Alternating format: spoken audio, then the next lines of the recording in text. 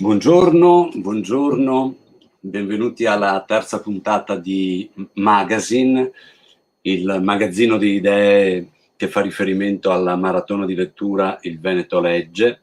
In redazione con me c'è anche Oreste Sabadin. Oreste, ci sei? Eccoci.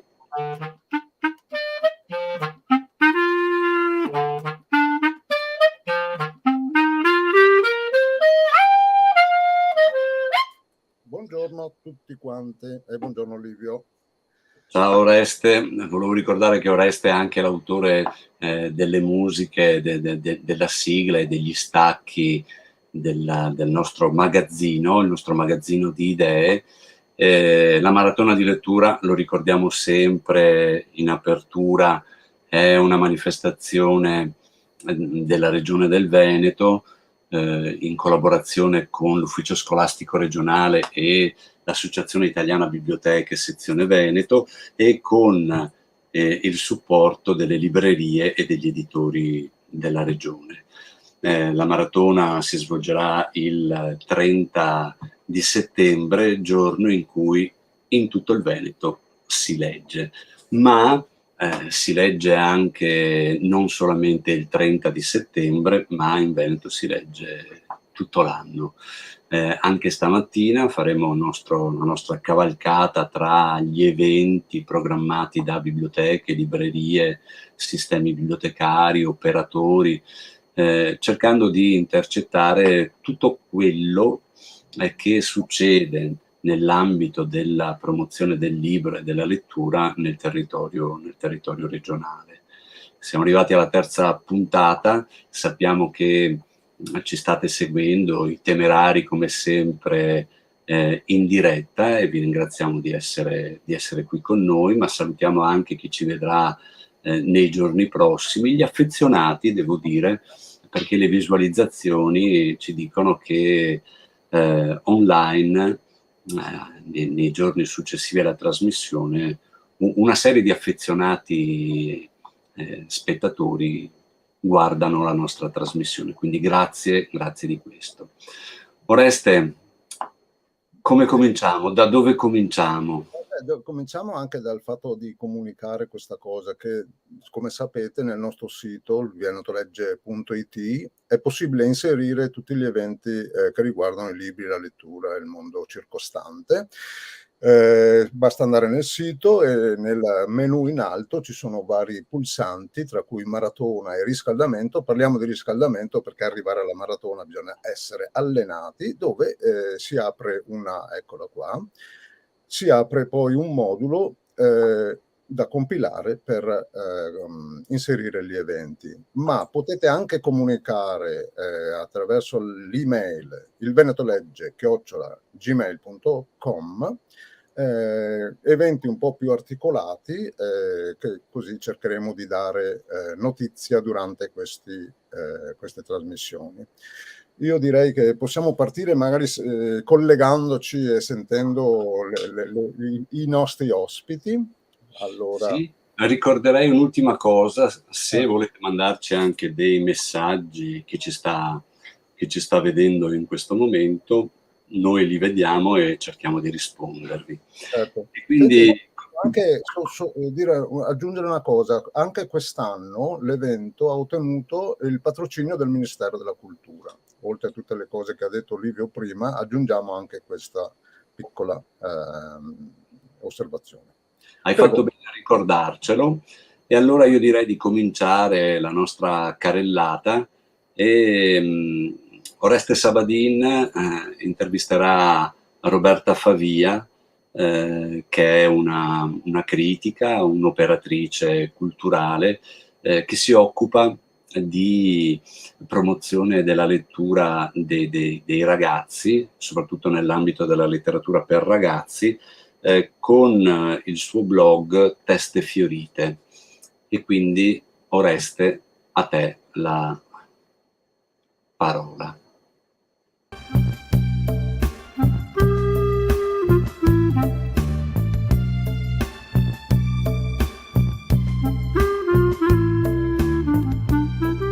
Siamo qui con Roberta Favia, che ringraziamo per la sua disponibilità. E vogliamo subito chiedere a Roberta Favia, come si definisce il lavoro che stai facendo con i libri e la lettura? Allora, innanzitutto grazie di questo invito e buongiorno a te e a voi tutti quanti. Io faccio fatica a definire il lavoro che faccio.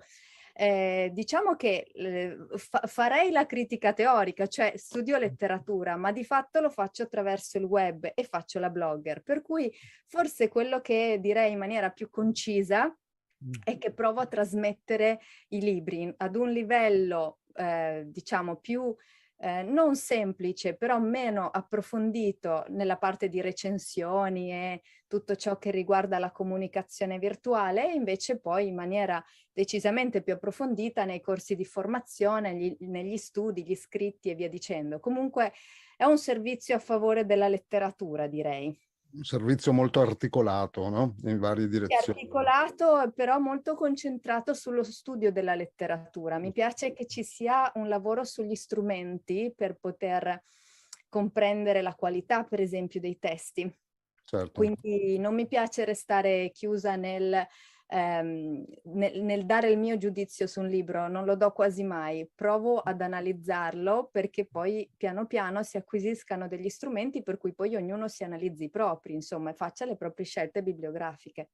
Benissimo, hai parlato di web, così passando, no? Allora, qual è il rapporto che hai tra il lavoro in presenza e il lavoro invece in internet con gli strumenti che ci siamo dati a disposizione?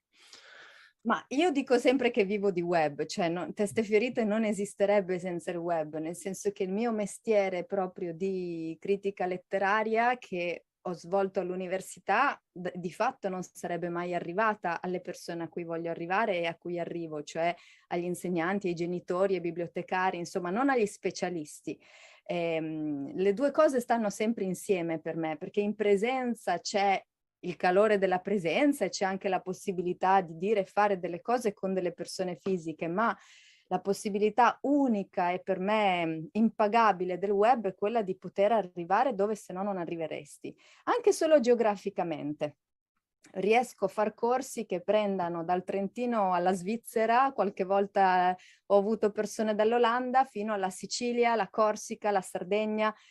Sarebbe assolutamente impensabile. E anche la lettura, cioè la lettura del blog, io so che prende qualsiasi parte d'Italia, per cui rende tutto molto più avvicinabile, ecco, più vicino e avvicinabile. E questo secondo me è la possibilità che ci dà il web innanzitutto. La tecnologia al servizio della comunicazione e del rapporto anche con gli altri, anche quando sono lontani, no? Sì, ma anche di una messa a disposizione di strumenti, di qualcosa di un po' più complesso, che però passa attraverso strumenti molto, molto pop. Molto poco. Perché la cultura non è una cosa alta, la cultura è una cosa che deve stare tra di noi. Certo, che dobbiamo vivere e anche condividere, no? Condividere innanzitutto. Vedo una finestrella aperta lì, hai un giardino? Sì, sì, sì, ho un giardinetto. E qual è il tuo rapporto con le piante? Diciamo che preferisco gli animali, non perché non preferisca le piante agli animali, ma perché sono più brava con gli animali. Tiro su qualsiasi bestia e generalmente mi va bene, con gli animali mi capisco bene, ci capiamo abbastanza, con le piante no, per cui io le adoro, però non riesco a capirle. Quindi quelle del giardino in realtà stanno benissimo, perché a parte innaffiarle e poco altro, loro poi hanno la terra e se la cavano. Se la cavano. A parte la grande acqua alta di 2 anni fa che ha marcito le radici. Quelle di casa ormai non ce le ho più perché in casa proprio non gliela posso fare, però ho in casa e in giardino 2 gatti, un cane, cioè di bestie ce ne sono. Le bestie che si muovono. Sì.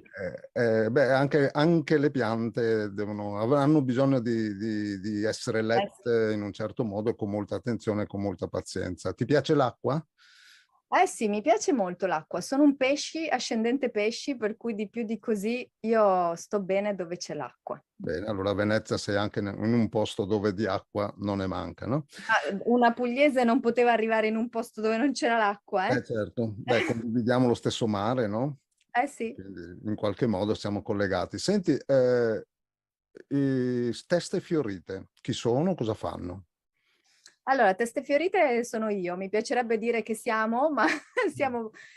Allora, dentro Teste Fiorite ci sono delle rubriche, parlo del blog, dentro il blog di Teste Fiorite ci sono delle rubriche tenute da persone che ringrazio sempre tantissimo. Una è la maestra, anche scrittrice Chiara Costantini, un'altra è una professoressa delle medie, Lucia Schiralli, e poi c'è Andrea Artusi, che è un bravissimo fumettista, e Benedetta Morandini, che sempre si occupa di fumetti.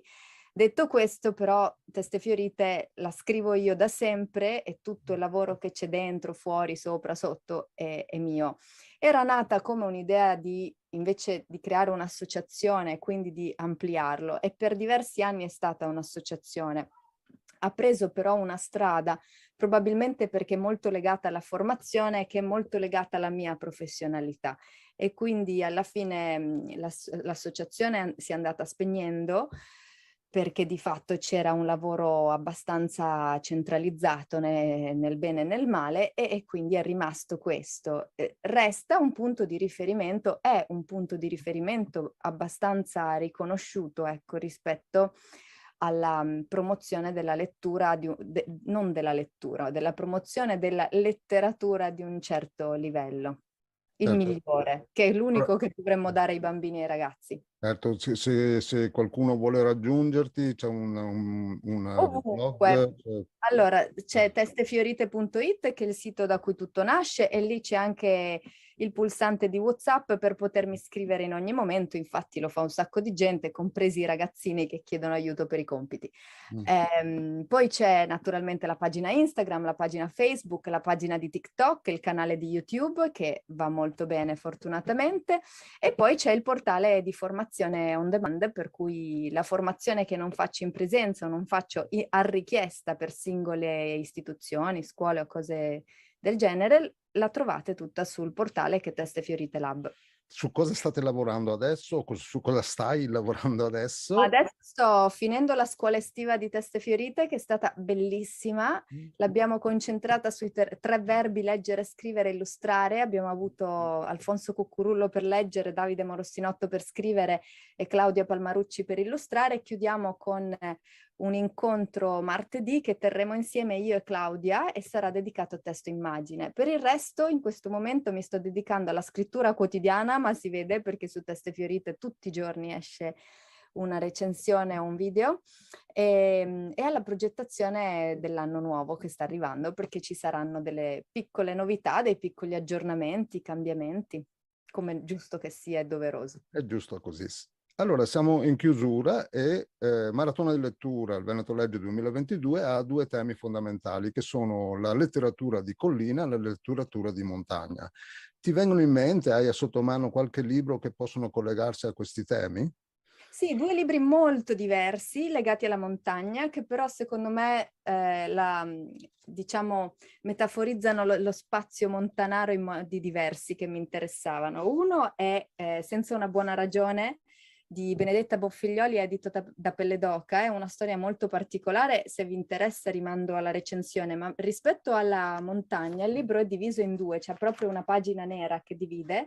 La prima parte, che è quella diciamo della discesa strapiombo, è a livello mare-collina, ma la rivoluzione avviene in montagna, quindi tutta la seconda parte è tutta legata alla montagna, alla scoperta di sé, che è la scoperta dello spazio.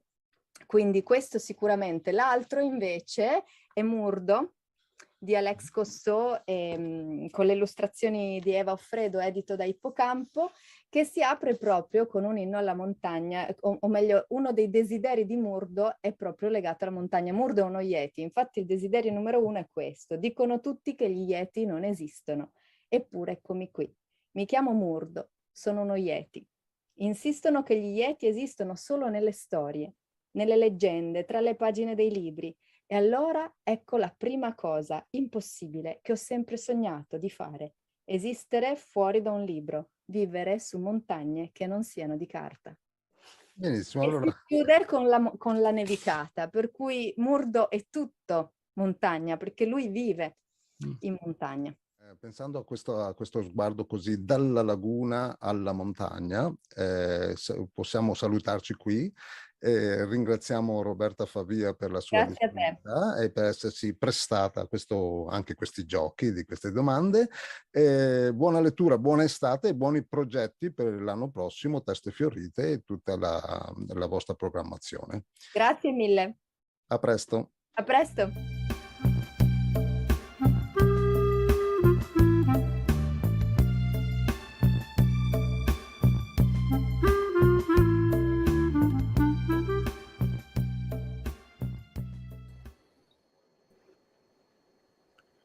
Benissimo, allora, eccoci qua. Venezia, dalla mia libreria, pensando a Venezia, prendo questo libro.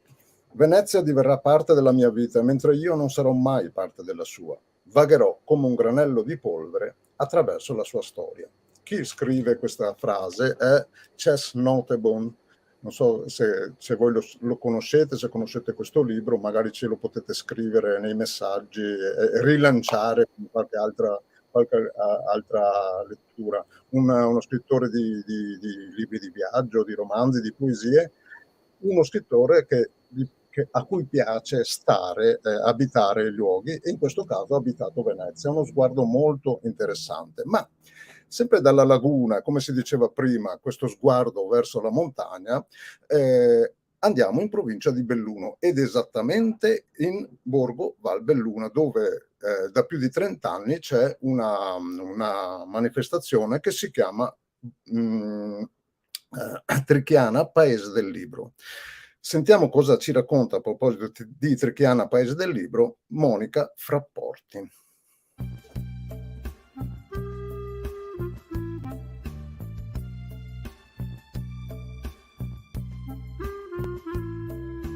Eccoci con Monica Frapporti, assessore alla cultura del comune di Borgo Valbelluna. Buongiorno Monica. Buongiorno Livio e buongiorno a tutti gli ascoltatori e grazie per la disponibilità, davvero. Grazie a te.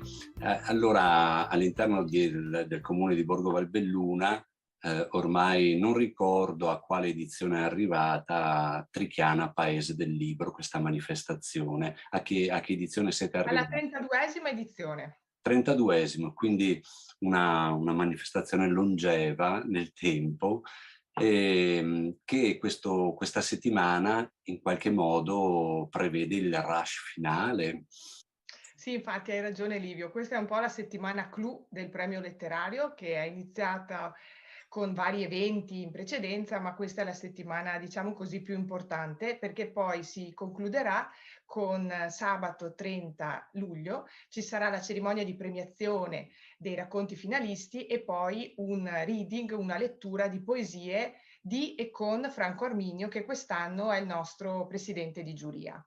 Però cominceremo mercoledì 27, tutti gli eventi sono alle 20:30 e sono organizzati un po' in posti caratteristici del nostro territorio, principalmente nelle piazze, nei giardini delle ville, perché il tema di quest'anno è dietro il paesaggio, quindi abbiamo cercato di immergerci nel paesaggio di Borgo Valbelluna.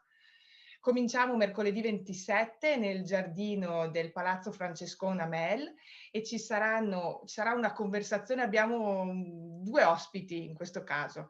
Abbiamo Raffaello Cortina, l'editore, che dialogherà con Paolo Legrenzi, che è uno psicologo che si occupa da tanti anni, anche conosciuto a livello internazionale, nell'ambito delle scienze cognitive. E abbiamo scelto un tema particolare, come decidere, cioè come vengono prese le decisioni sia nella vita quotidiana che poi in ambito lavorativo e in ambito anche diverso, ecco, che non è la vita quotdiana. Questa è una delle vostre peculiarità, mi pare di ricordare, cioè di affiancare accanto a degli autori, diciamo, di letteratura anche una piccola finestra sulla letteratura, diciamo, di divulgazione o la letteratura scientifica. Il secondo incontro, che è quello di giovedì 28 luglio, avremo Paolo Rumiz, che dialogherà con Sandro Dalla Gasperina, che è uno storico libraio di Feltre, che conoscerai, e il titolo della serata è anche il titolo dell'ultimo libro di Paolo Rumiz, Canto per Europa. E forse, ecco, questo ancora di più è proprio un tema e una conversazione che ci aiuterà a ragionare su quelli che sono i temi dell'attualità e quindi su quello che ci troviamo di fronte oggi, quindi questa terribile guerra che è arrivata alle porte dell'Europa, partendo però dal mito di Europa per arrivare alla quotidianità di oggi. Beh, magari l'avrete programmato mesi fa, ma siete veramente sul pezzo, al di là della contingenza tragica della guerra. Credo che l'Europa sarà uno dei temi centrali anche della prossima campagna elettorale e quindi avere così una conversazione e una voce autorevole come quella di Rumiz può essere uno spunto per tutti per farsi un'idea. Avevamo programmato anche questo tempo fa, l'incontro con Vera Gheno, Mm. senza sapere che naturalmente sarebbe stata scelta poi tra le tracce della maturità di quest'anno, perché una delle tracce è stata, riguardava appunto l'informazione, era una citazione da un libro di Vera Gheno, che sarà nostra ospite venerdì 29 luglio, sempre alle 20:30, nel giardino della Villa Alpago Novello a Frontin, e qua si parlerà dell'arte di usare le parole. Quindi Vera Gheno è una sociolinguista, ha lavorato per tanti anni all'Accademia della Crusca e adesso ha pubblicato questi libri di divulgazione e anche di argomento più, mi viene da dire anche più appunto per tutti, e di una comunicazione anche digitale, per cui che avvicina anche i giovani a questo tema molto importante che è quello dell'uso delle parole. Diamo appuntamento agli appassionati. Sì, da mercoledì 27, un po' per tutta la settimana, fino a sabato 30, quando ci sarà la cerimonia poi di premiazione dei 10 racconti finalisti che sono stati contattati, verranno un po' da tutta Italia, loro non sanno chi è il vincitore, lo annunceremo quel giorno, appunto sabato 30 luglio alle ore 17 ci sarà la cerimonia di premiazione con il presidente di giuria, appunto Franco Arminio. Toccherà venire in vacanza a Borgo Valbelluna per poter assistere a tutti gli incontri. È certo, è certo. Bene, grazie ancora e buon lavoro e complimenti per le scelte. Grazie a te Livio e grazie a tutti e spero di vedere qualcuno di voi qua a Borgo Valbelluna per i nostri eventi. Grazie.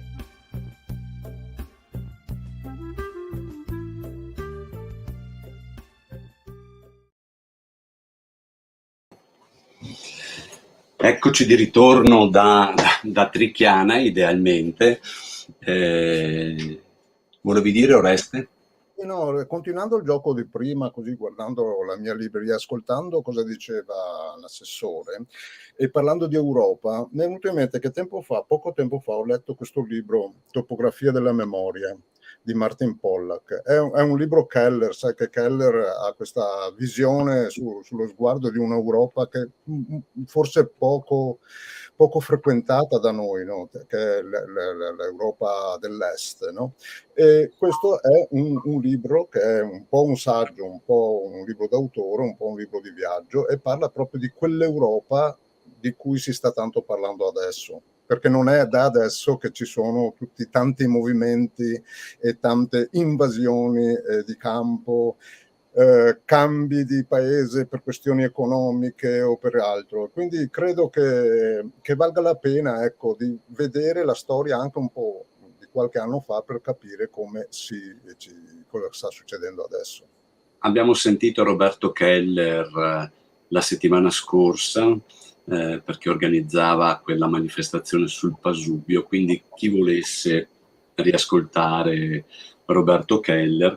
E andando avanti col gioco di Oreste, non posso stare al tuo livello perché qui accanto sulla mia scrivania ho il porcello nello stagno che ci porta in altre atmosfere, quindi che ci portano direttamente, sì, un porcello nello stagno è un tuffo nello stagno, atmosfere, è proprio un libro che sta sul pezzo delle temperature torride che abbiamo in questi giorni.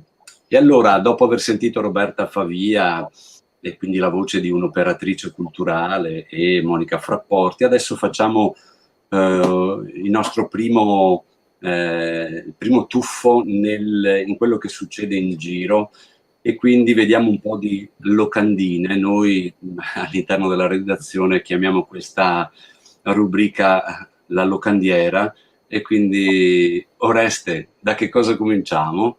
Allora, cominciamo in provincia di Verona, una manifestazione organizzata dalla biblioteca comunale di San Pietro in Cariano, e letture al parco, letture nei parchi giochi del comune all'ombra degli alberi. Ecco, a proposito di calura e di frescura, per bambini di tutte le età. Ma passiamo ora in provincia di Venezia, perché la Biblioteca Civica Niccolò Bettoni di Portogruaro organizza questo Storie sotto le stelle e all'alba. È una lunga manifestazione che comincia è cominciata il 28 giugno e si protrarrà fino al 6 agosto. Racconti d'arte, letture video, eccetera. Per tutte le informazioni su questa manifestazione che vede tanti eventi, si può collegare al sito portogruaroeventi.it oppure rivolgersi alla biblioteca comunale. Ci spostiamo ora in provincia di Padova, esattamente a Rubano. C'è questo titolo abbastanza interessante, se pensiamo alla maratona, è La lettura si fa strada. È tutta una serie di piccoli eventi per preparare tutto l'occorrente per fare strada con la lettura nei vari quartieri di Rubano, e quindi vengono coinvolte varie professionalità, ma soprattutto le persone, e per preparare alla maratona di lettura, che sarà, come abbiamo ricordato prima, il 30 settembre, ma molto importante, come sempre nelle maratone e in tutte le cose che si fanno, è il riscaldamento, il lavoro che si fa per preparare. Andiamo avanti e facciamo una piccola carrellata di date sulle presentazioni dei 5 finalisti del premio Campiello. Allora, dopo tutte le informazioni dettagliate le potete trovare nel sito premiocampiello.org. Comunque, il 28 luglio saranno al Lido di Venezia, il 29 luglio a Cortina d'Ampezzo, e qua ci torniamo questo collegamento tra la laguna e la provincia di Belluno. Poi si torna giù verso il mare a Jesolo il 30 luglio, per poi ritornare in quota, almeno in parte, il 31 luglio ad Asiago. Mentre per il premio Campiello Opera Prima Francesca Valente, questa sera a Castelnuovo del Garda. Ecco, qui vedete le 5 copertine dei finalisti al premio Campello 2022. Cambiamo provincia e andiamo in provincia di Treviso. Qui era stato citato prima Paolo Rumiz, e infatti per questa rassegna, al terzo appuntamento di Metti una sera in cantina, Paolo Rumiz presenta il suo libro Canto per l'Europa, dove lo presenta nel comune di San Polo di Piave, quando? Venerdì 29 luglio alle ore 20:45. Ne parla con l'autore Antonio Silvio Calò. Per le informazioni ci si rivolge alla biblioteca di San Polo di Piave. L'evento si terrà presso la cantina Casa Roma, Raboso e Vini della Terra del Piave, in collaborazione con le librerie Lovat. Cambiamo di nuovo provincia, anzi province, perché la 18ª edizione di Notturni Diversi è un piccolo festival della poesia e delle arti notturne, che anche questo è una manifestazione che è cominciata il 24 giugno e si protrarrà fino al 15 agosto del 2022, tra le province di Portogruaro, Venezia, Pordenone e Udine. Ci saranno dei reading poetici, delle presentazioni di libri e tante altre cose che riguardano poesie e altre cose che parlano di letteratura e libri. Io direi che possiamo chiudere qui, se sei d'accordo, Livio Vianello, con la nostra prima carrellata di eventi, di locandine. Come non essere d'accordo, Oreste Sabatini? Siamo d'accordo e possiamo procedere allora con la prossima intervento, con il nostro prossimo ospite.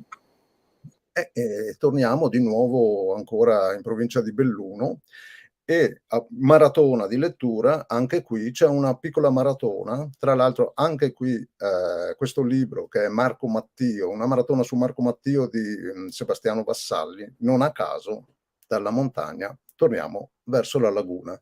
Sentiamo cosa ci raccontano a proposito di questa piccola corsa, forse in discesa, di Marco e Mattia.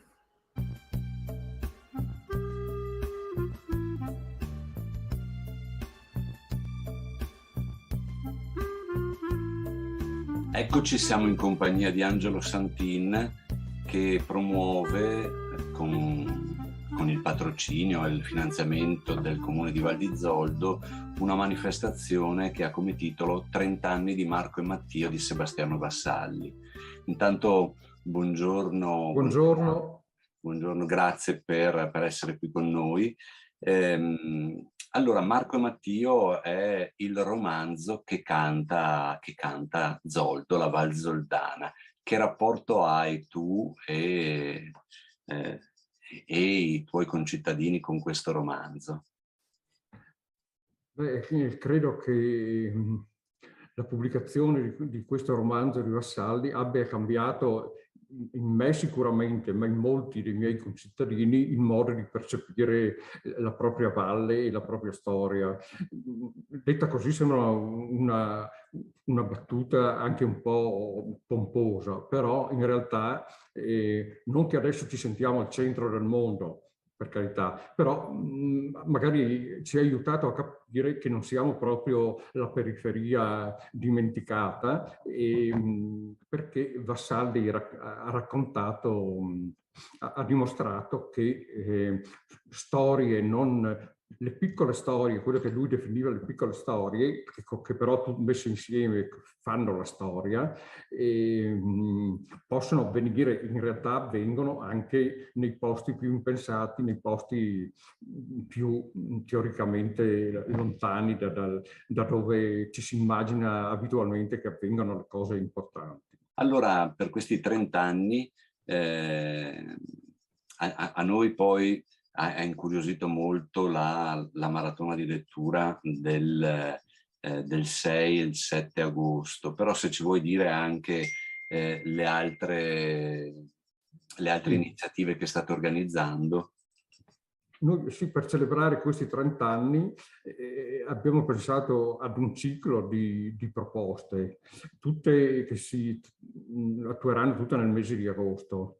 La maratona che sarà presentata il 5 agosto con la presenza di alcuni professori universitari, ma soprattutto amici di Vassalli, che sono Cristina Nesi dell'Università di Siena, autrice di una monografia su Vassalli molto importante, Roberto Cicala della Cattolica di Milano, Giovanni Tesio dell'Università del Piemonte Orientale, Paola Vassalli, naturalmente la moglie di Vassalli, che in questi anni ci ha onorato ripetutamente della sua presenza anche in tante altre occasioni in cui ci siamo concentrati sull'opera di Vassalli. Ecco, la maratona poi si svolgerà il 6, sabato 6 e domenica 7, dalle 11 alle 18:30 nella piazza di Pieve, che è la piazza nella quale si svolgono alcune delle scene centrali del romanzo. Volevo solamente dire anche così a chi ci sta vedendo che chiunque avesse voglia di partecipare alla maratona può presentarsi e parlare con voi organizzatori e avere un piccolo spazio per leggere una pagina o più pagine. Sicuramente noi ci siamo naturalmente organizzati perché la lettura sia comunque garantita, ma siamo ben contenti di accogliere quanti ci sentono, ci seguono o verranno a conoscenza di questa iniziativa in altre maniere, perché anche loro possano partecipare a questo tributo a Vassalli. Beh, gli estimatori di Vassalli e di Marco e Mattio sono tanti, quindi speriamo che qualcuno abbia voglia così di dar voce alle parole di questo romanzo che credo sia nei cuori di molti lettori. Poi voi organizzerete una mostra sempre a partire dal lavoro di Vassalli. Sì, sono stati circa un anno fa, sono stati interpellati una decina di artisti locali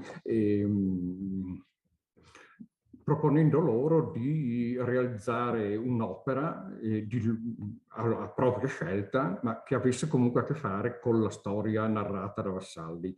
E devo dire che se l'idea della mostra era nata come un corollario della maratona, si sta prendendo con forza quasi il primo piano, perché si è dimostrato un interesse, un entusiasmo da parte di questi artisti che hanno prodotto tante opere diverse e quasi tutte sculture in legno, delle installazioni. Benissimo. Poi ci sarà una coda il 18 e il 19 agosto con 2 concerti, quindi se le parole di Marco e Mattio si trasferiscono nel legno, nelle installazioni artistiche, stavolta invece si traducono in qualche modo in musica con un concerto di Gualtiero Bertelli e di Michele Gazic.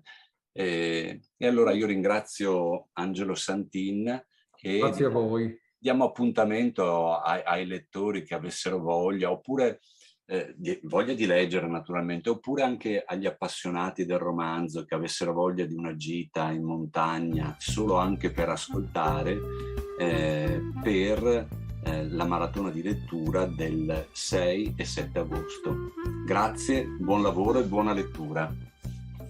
Grazie.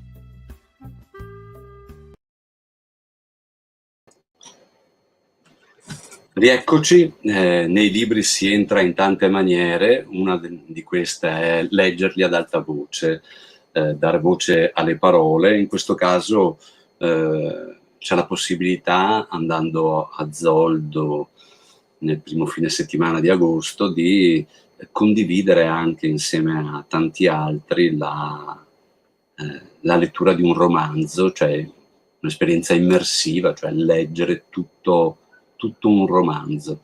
Tu hai letto, Marco e Mattio, Oreste? I pezzi sì, molto tempo fa, però ho letto La Chimera, che è da qui da qualche parte, ma volevo tirarla fuori, ma non l'ho trovata.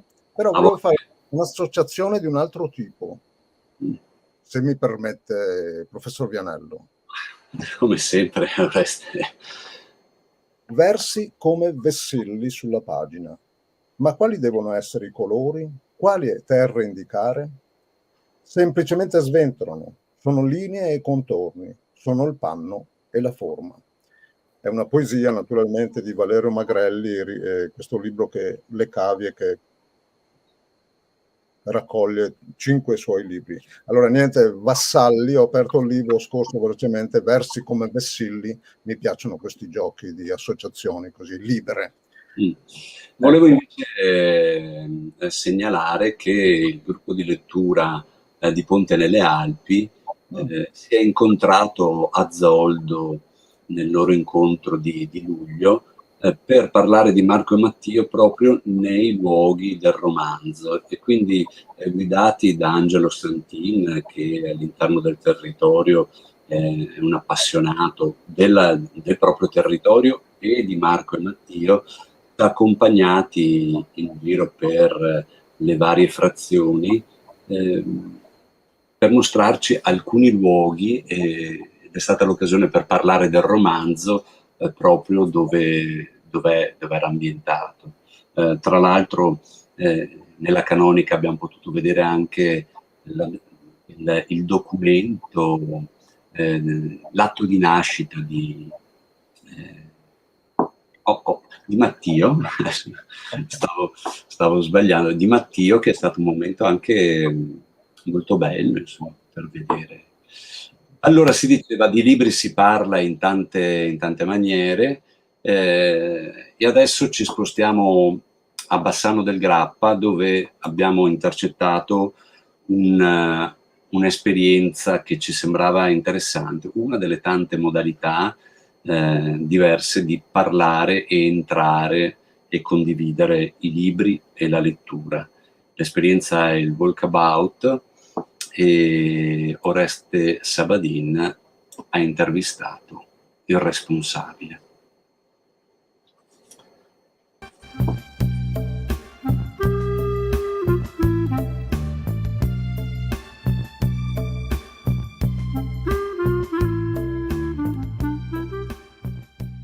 Diamo il benvenuto a Enrico Zarpellon di Walkabout, perdersi e trovarsi nei libri di Bassano del Grappa.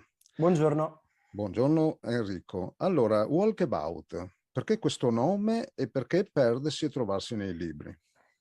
Beh, lo chiamiamo Walkabout seguendo un po' l'ispirazione, no, degli aborigeni australiani che Chetwin ci ha consegnato nel suo libro Le vie dei canti. Secondo gli aborigeni, gli antenati hanno creato ogni cosa cantando nel nome, e così la Terra è percorsa da questi sentieri invisibili che sono canti, che sono racconti, e fare un walkabout è mettersi appunto sulla strada seguendo queste tracce.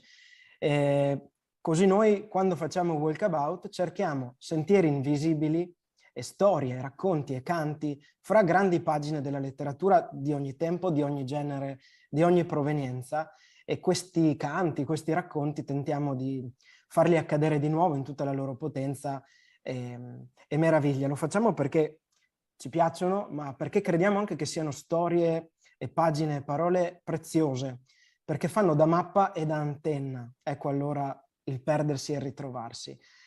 Ci dicono cosa vuol dire essere vivi e umani oggi, ci dicono qual è il nostro posto in tutto quello. E allora pensiamo che se tu conosci queste storie, se tu hai mappa e antenna, sai sempre ritrovare la strada.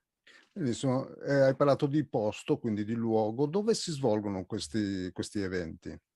Questi eventi sono nati e continuano a svolgersi nel contesto di Villa Angaran San Giuseppe a Bassano del Grappa, che è un posto sempre più importante per la città dal punto di vista aggregativo e sociale, una bellezza inclusiva a 360 gradi, ma anche come polo di animazione culturale. Lì un paio d'anni fa si è aperto lo spazio per provare questa cosa forse un po' nuova, almeno nel nostro territorio, e da lì poi in realtà gli spettacoli di Walkabout stanno un po' girando, soprattutto nel contesto vicentino, in vari luoghi e situazioni, insomma. Certo. E oltre a Villa Angaran sono coinvolti altre realtà della città? Da subito, cioè da 2 anni fa, è una collaborazione che felicemente continua. Abbiamo avuto il sostegno e la collaborazione della Biblioteca Civica e del suo direttore Stefano Pagliantini e di Libreria Palazzo Roberti, che molto, anche semplicemente ad ogni walkabout, mettono a disposizione di chi partecipa per il prestito o per la vendita, insomma, Certo. i libri di cui parliamo. Ed è una cosa molto semplice, ma permette a chi appunto partecipa di vedere concretamente la rete per la lettura, l'alleanza sul territorio. Per quanto ci è possibile, poi proponiamo questa appunto compresenza, questa collaborazione anche nei diversi poi contesti in cui portiamo Walkabout, insomma. Con presenza e collaborazione, queste cose vanno fatte, ci sono voci, gesti, suoni, con chi vengono realizzate? Sul palco, per così dire, ci sono io che ho ideato e comunque curo la scrittura degli spettacoli e porto avanti poi la narrazione e il commento, ma con me ci sono anche, si alternano 2 lettori, Marta Gamba e Filippo Lessio, e le persone che si occupano delle musiche, che sono Marco e Francesco Lo Giudice e Francesco Maroso, perché Walkabout è un po' particolare. Assomiglia, per così dire, a una narrazione, a uno spettacolo di narrazione teatrale legato ai libri, naturalmente, con percorsi di vario tipo, ma poi un po' è anche reading, nella misura in cui leggiamo alcuni di questi racconti, queste pagine. È anche un po' concerto, perché la musica la usiamo molto, non è un sottofondo, è proprio un polmone di questa esperienza, spaziando tra i generi. Non riusciamo ancora, ed è un obiettivo futuro, ad avere musica dal vivo, però in realtà ci prendiamo il buono di questa possibilità, perché appunto questo ci permette di usare anche qui col gioco, con la curiosità e la libertà di spaziare tra i generi, dalla sinfonica più classica, l'elettronica contemporanea e tutto quel che sta in mezzo, insomma. E che tipo di pubblico viene a questi incontri? È una costante sorpresa, devo dire. Beh, il target nostro è giovane, ma soprattutto il mondo adulto, verso il quale forse anche la promozione alla lettura o il recupero, come dire, di questa pratica, di questa consuetudine è meno curato generalmente. La risposta è senz'altro dei lettori forti, lettori e lettrici forti, abbastanza spalmati come genere, come fascia d'età, ma anche di molti, oddio, dirli non lettori è difficile, ma ci sono persone che vengono a dirci: guarda, io libri non ne leggo o ne leggo veramente pochi e mai avrei pensato che un libro potesse essere così emozionante. Per noi è una conquista. In realtà poi siamo dei vettori, tutto sta se quella persona poi si tuffa tra le pagine e riprende quella consuetudine coi libri. Certo, sono piccoli risultati che però nel tempo danno delle soddisfazioni, no? Allora, senti, i prossimi appuntamenti di Walkabout? Per tutti i prossimi appuntamenti e per le informazioni vi rimando alle nostre pagine Facebook e Instagram o al sito di Villangaran San Giuseppe. Avremo sia repliche degli spettacoli degli anni scorsi, perché abbiamo 11 walkabout disponibili, sia alcune cose nuove. Il prossimo è l'11 agosto a Bassano, si intitola Arboreto, e soprattutto quest'anno stiamo un po' portando in giro un walkabout tutto su Luigi Meneghello. Il tema di Veneto Legge, no? Ci porta tra le montagne e le colline. L'anno scorso con Mario Rigoni Stern, uno spettacolo su di lui, siamo stati in montagna. Quest'anno anche noi, complice l'anniversario, il centenario di Meneghello, scendiamo con grande gioia, perché sono pagine veramente meravigliose e da dire a voce alta, quelle di Meneghello. Certo, senti, vedo nel vostro programma che il 22 settembre c'è La Fine, un intervento sulla strada di McCartney. Proprio la fine della vostra rassegna e anche questo senso di fine, ma per chi ha letto il libro, insomma, ci sarà anche un lumino di speranza. C'è tutta e ce la prendiamo tutta. Quello è un altro dei walkabout particolari, perché stiamo solo su un libro e l'abbiamo prodotto per il Festival Biblico di quest'anno e già replicato in diverse sedi del festival. Il festival era dedicato ad Apocalisse, quindi abbiamo colto il linguaggio di quel libro superbo e ora lo riportiamo. È un libro a cui tengo molto, uno spettacolo molto intenso ma anche emozionante. Chi ha letto il libro lo sa. E quindi sì, la fine con il punto di domanda. Benissimo, senti, allora in chiusura rinvitiamo tutti a venire a Walkabout, anche un'occasione per visitare il centro storico di Bassano, perché la villa, se non sbaglio, è nel centro storico, è facilmente molto vicina, sì, raggiungibile, e quindi una bella passeggiata in centro, una bella immersione, un perdersi e ritrovarsi nei libri con Walkabout, perdersi e trovarsi nei libri, e avete sentito, ci sono i riferimenti nel web per trovare tutte le informazioni. Ringraziamo Enrico Zarpelloni e auguriamo anche a lui buone letture e buoni incontri. Grazie a voi, buona lettura. A presto. Grazie.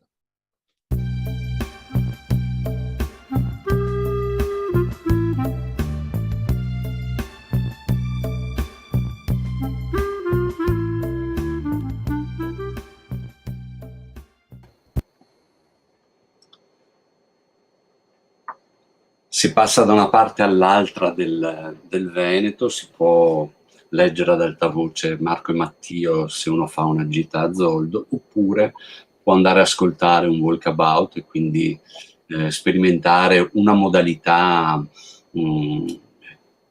nuova o diversa, poi insomma, però la cosa interessante è questa possibilità di spaziare tra libri e diversi approcci, no?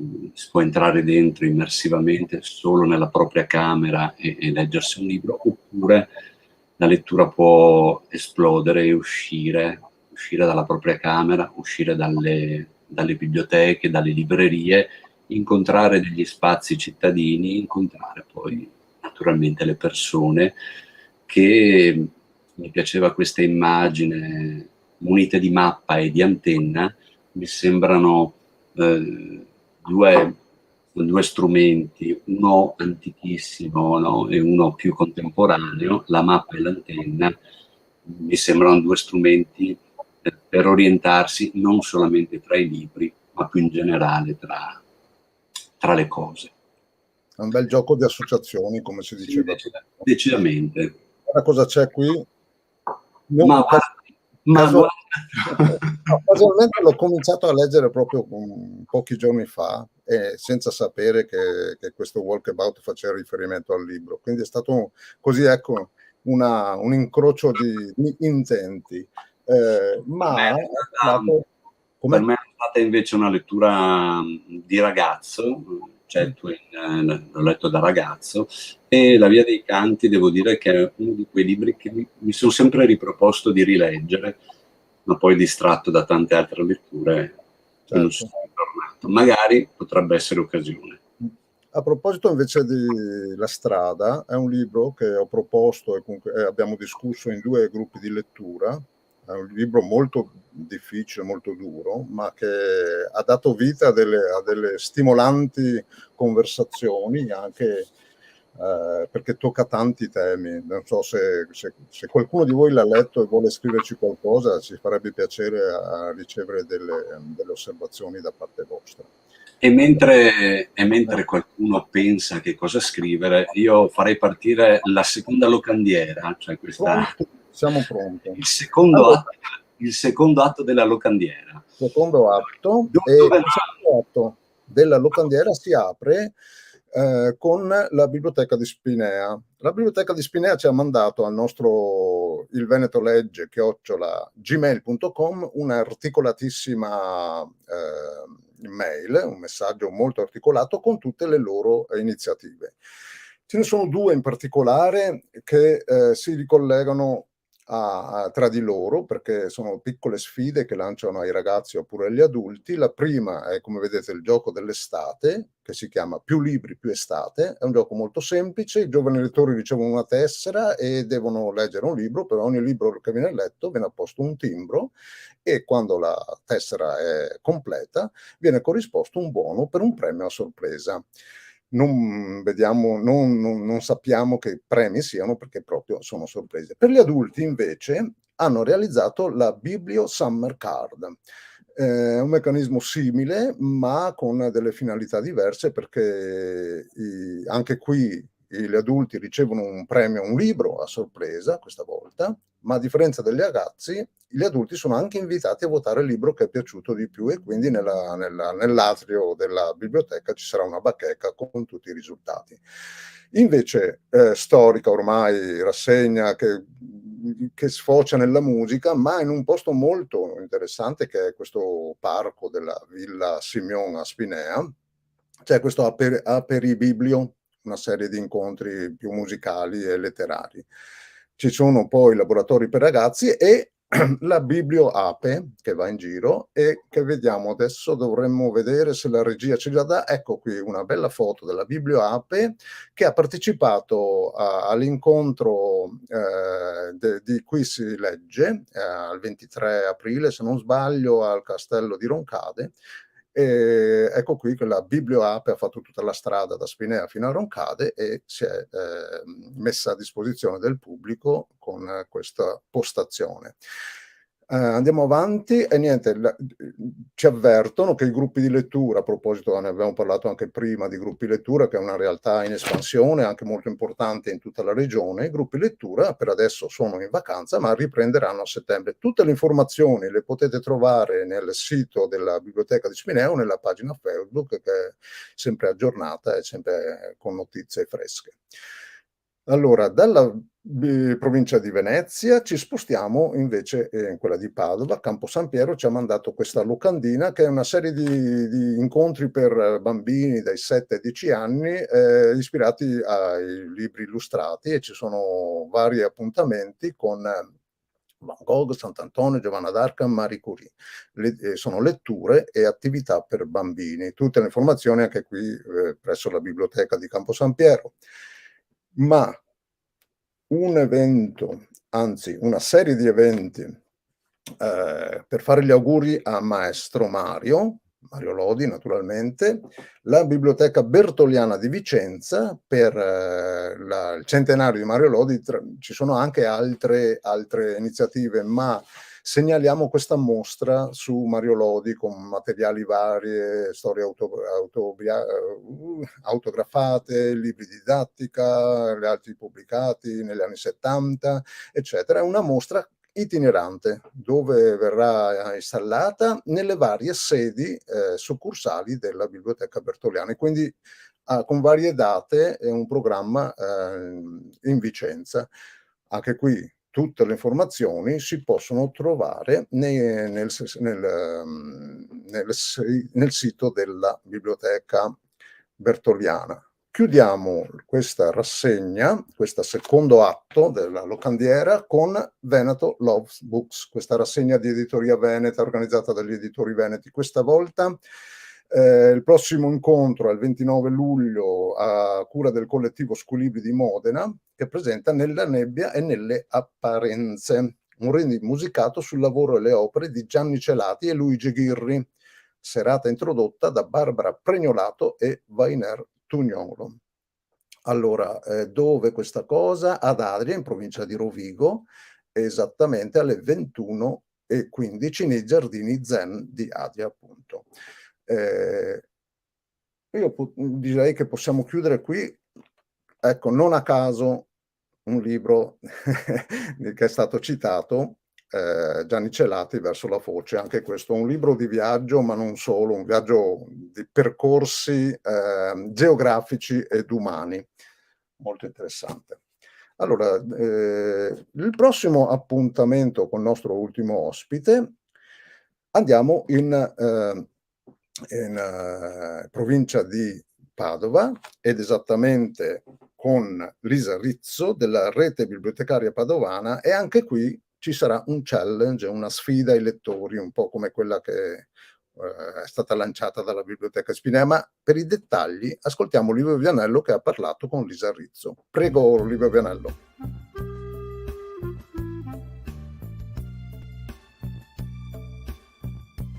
Eccoci con Lisa Rizzo della Biblioteca di Teolo. Benvenuta, bentrovata Lisa. Ti abbiamo chiamato perché all'interno della pagina social della Rete Bibliotecaria Padovana abbiamo visto un'iniziativa che ci ha colpito. In questi periodi si usa sfidare i propri lettori. Come state sfidando i vostri lettori? Allora, intanto la pagina della Rete Bibliotecaria è nata a giugno. E è nata tenendo connesse le 5 reti che in realtà fanno parte della Rete Bibliotecaria, e ad ogni referente di rete della pagina Facebook è stato chiesto di aggiungere un contenuto. E noi come Rete 2 abbiamo proposto una challenge, quindi una sfida ai nostri utenti e ai lettori che arrivano in biblioteca. È una sfida letteraria e la sfida consiste nel leggere 12 libri in 3 mesi. Ci sono delle categorie, 12 categorie, e su ogni categoria l'utente è libero di scegliere un libro che corrisponde a quella categoria. È un gioco ed è aperto un po' a tutti, quindi non solo agli utenti adulti ma anche ai ragazzi. Ed è per questo che le categorie sono molto vaghe, insomma, e anche molto semplici, raggiungibili da qualsiasi fascia di età. L'idea ci è venuta perché in realtà le challenge di tipo letterario sono qualcosa che arrivano dal mondo anglosassone e americano e sono già state fatte da alcune reti bibliotecarie qui in Italia. Ci piaceva molto l'idea e volevamo capire se funzionava anche all'interno della nostra rete. Ecco, volevo chiederti proprio questo. Io come lettore, insomma, non so se parteciperei a una sfida, nel senso che poi magari li leggo 12 libri in 3 mesi, anzi li leggo senz'altro, ma volevo capire appunto se ai lettori piace l'idea del gioco, se gli piace, no, essere sfidati, oppure se i lettori sono proprio degli anarchici che vogliono gestirsi in proprio le letture. Allora, diciamo che lo scopo della challenge è far sentire il lettore parte di una comunità, tra virgolette, di lettori, è per quella che viene proposta all'interno della pagina Facebook. E, stanno rispondendo molto bene, la cosa ci ha sorpreso, abbiamo tantissime iscrizioni, il che ci rende molto felici, e alcuni stanno interagendo molto con la pagina Facebook attraverso il link RBPP ti sfida, postando le proprie letture. Quindi stiamo vedendo anche all'interno della rete quali sono le letture che stanno affrontando per le varie categorie. Ci sono arrivati anche dei consigli per migliorarla e penso che la riproporremo perché sta avendo un ottimo successo. E è una sfida, quindi è un po' un mettersi alla prova sia per leggere i libri in un tempo molto breve, perché insomma 12 libri in 3 mesi sono tanti ed è una sfida abbastanza impegnativa, sia per mettersi in collegamento con altri lettori, quindi far sapere quello che si sta leggendo e accettare anche i commenti dagli altri, insomma. Ma secondo te questa è una sfida che si può proporre solo d'estate, perché si dice, no, d'estate abbiamo più tempo per leggere? Ti sentiresti di proporre una sfida anche invernale oppure rimane così In realtà il successo è stato così tanto che penso che arriverà anche una sfida invernale. Adesso ci stiamo un po' pensando se la proporremo simile o in modo totalmente diverso. E abbiamo degli ottimi esempi di altre reti bibliotecarie in cui ad esempio la fanno annuale, con una sfida di 56-60 libri letti in un anno. Con una settimana? Sì, più o meno sì. Sono tanti, però è una sfida e giustamente ci sono libri più impegnativi, meno impegnativi, per cui poi lì è il lettore che gioca l'astuzia anche nel leggere, insomma. Certo. Tu che cosa stai leggendo adesso? Allora, io in questo momento sto leggendo il libro del nostro gruppo di lettura, l'ho iniziato ieri, e hanno scelto un libro di La Caprica, Ferito a morte. E quindi sì, sto assolvendo il dovere di componente del gruppo di lettura e sto affrontando questa lettura. È un autore che non conoscevo, ma al momento è molto piacevole, almeno all'inizio. Ho fatto le prime 10 pagine, quindi insomma. Ecco. Gli incipit sono importanti, no? Sì. Per catturare il lettore subito. Poi noi magari siamo lettori attrezzati e resistiamo anche un po' di più prima di mollare, però comunque un buon incipit. Senti, no, magari ci risentiamo a fine settembre e ci dici com'è andata poi, no, la partecipazione. Non si vince niente, vero? C'è la pubblicazione della lista dei libri letti dai primi 5. Beh, sarà bello vedere anche queste 5 playlist. Grazie, ci risentiamo, magari ci rivediamo a settembre. Buon proseguimento ai lettori per questa sfida letteraria. Certamente. Ciao.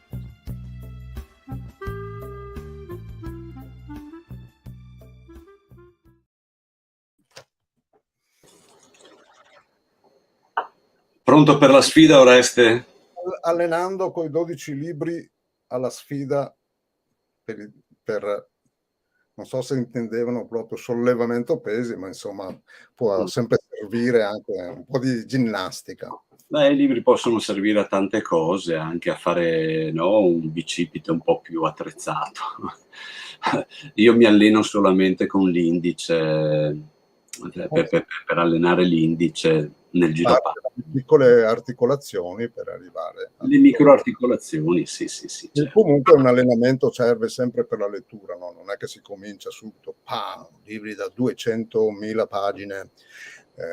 Piano piano si può partire anche dei libri più ridotti per allenarsi e arrivare a delle letture più importanti, no? Diciamo che, visto che stiamo all'interno della maratona di lettura, questa immagine della maratona e dell'allenamento credo siano calzanti anche per i lettori, nel senso che appunto nessuno di noi partirebbe senza allenamento per una maratona, e quindi anche per leggere credo che nessuno, o speriamo che nessuno, affronti un classico di più di 1000 pagine se non è abbastanza allenato. Certo.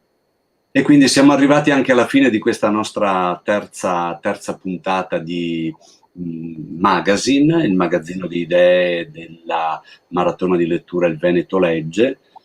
Ce l'avamo dati come deadline l'ora e riusciamo sempre a sforare. Abbiamo sforato di 7 minuti.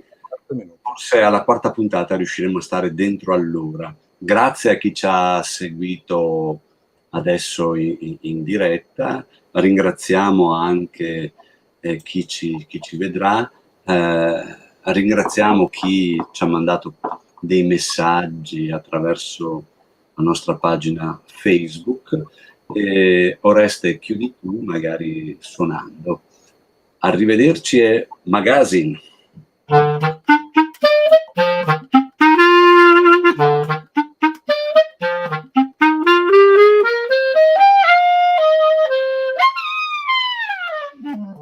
Arrivederci, a presto, buone letture a tutti.